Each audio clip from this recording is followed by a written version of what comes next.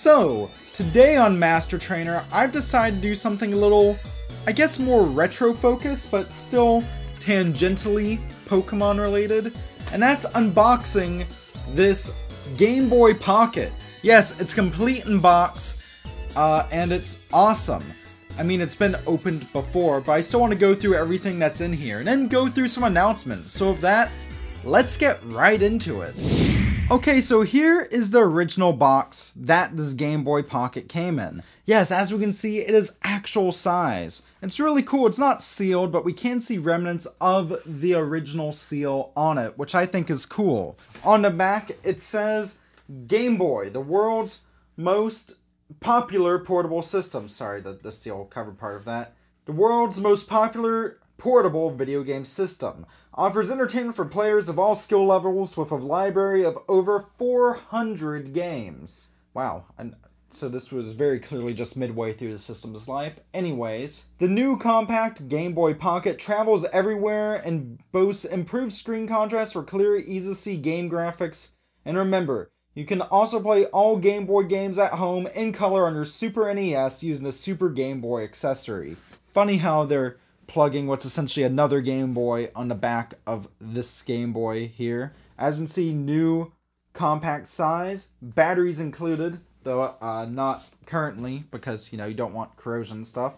Improved screen, library of over 400 games, action, adventure, puzzle, sports, and role-playing. Very cool. Also see the serial number on the back of the system there. So let's open this up. Now what's cool is I actually got this one at a, I guess a game swap meet is the best way to describe it a few years back. And as we can see, I think there's actually the original plastic it came in. Yeah, look at this, the original plastic that the system came in. It wasn't in the plastic, but the plastic is still included, which I find to be just fascinating. So we can pretend like it's brand new. And there's even the original box inserts. Now, what I'm not sure was original of this is this copy of Donkey Kong Land that actually came with the system when I bought it.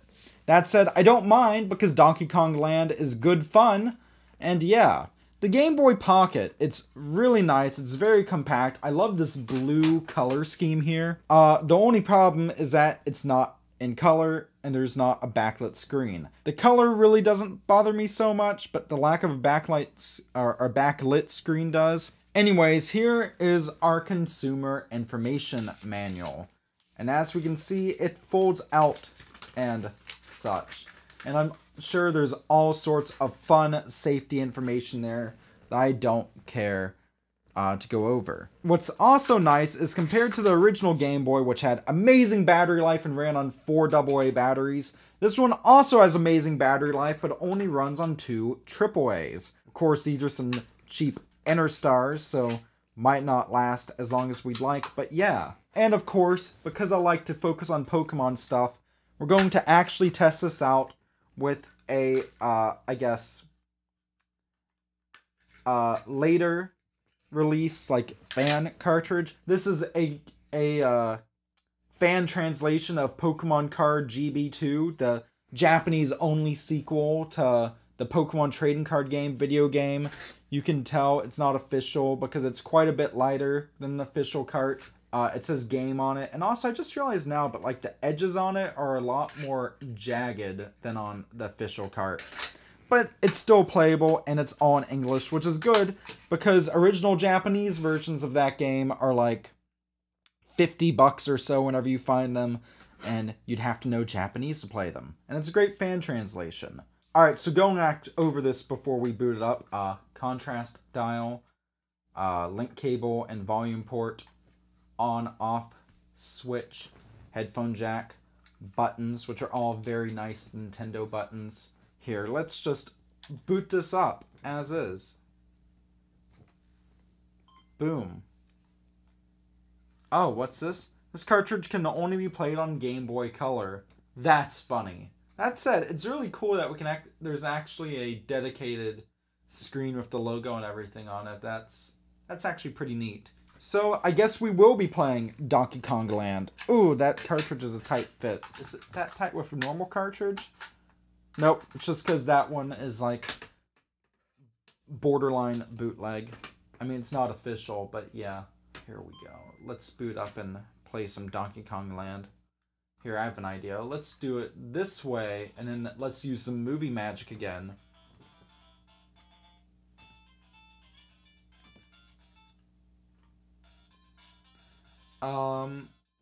Yeah, and let's just start from there, and let's go till I die. The music in this game is spectacular, by the way. And yes, I know I'm playing like garbage, but I am playing and talking and recording all at once. But yeah, Donkey Kong Land. It looks and plays really well. Really love the Game Boy Pocket. It's good stuff. Alright, but now let's do something a little special. Let's rebox it. So we're going to take out those Enter Stars. There we go. And we're even going to put that Pokemon translated cart that's, despite being in a gray cartridge, is Game Boy Color only, and put it back in there. We're going to put the battery cover on with the Nintendo authorized repair number on there. I wonder if that's remained the same over time. Going to put Donkey Kong Land back in there, because even though I don't know if it came with it or not, the back of the box is actually advertising Donkey Kong Land 2, so I'd be surprised if it did. And now we're going to put it into plastic, which it wasn't actually wrapped in when I didn't even realize it had the original plastic with it when I got it, so that's funny, but this will keep it all nice. And yeah, and we'll just put it back. There we go. It's both an unboxing and a reboxing. And that's that, I guess. So, yeah, there we go. So with that's it for this awesome retro unboxing. But before we end off for real, I need to go over some announcements. Mainly, if you follow the Stuff We Play channel, then you may have seen the community post for this week that I do over there. That after this week, I'm going on a hiatus for a bit. If and when I come back to both that channel and or this channel, there won't be an upload schedule. But this is for a good reason. It's actually positive personal reasons. First off, for the past few months, along with this channel, I've also been doing stuff on Stuff We Play. And the Stuff We Play channel as a whole has seen the most views it ever has, which is amazing. I've also been doing a few other assorted things, but I've basically been a full-time YouTuber since pandemic-related events swept the world.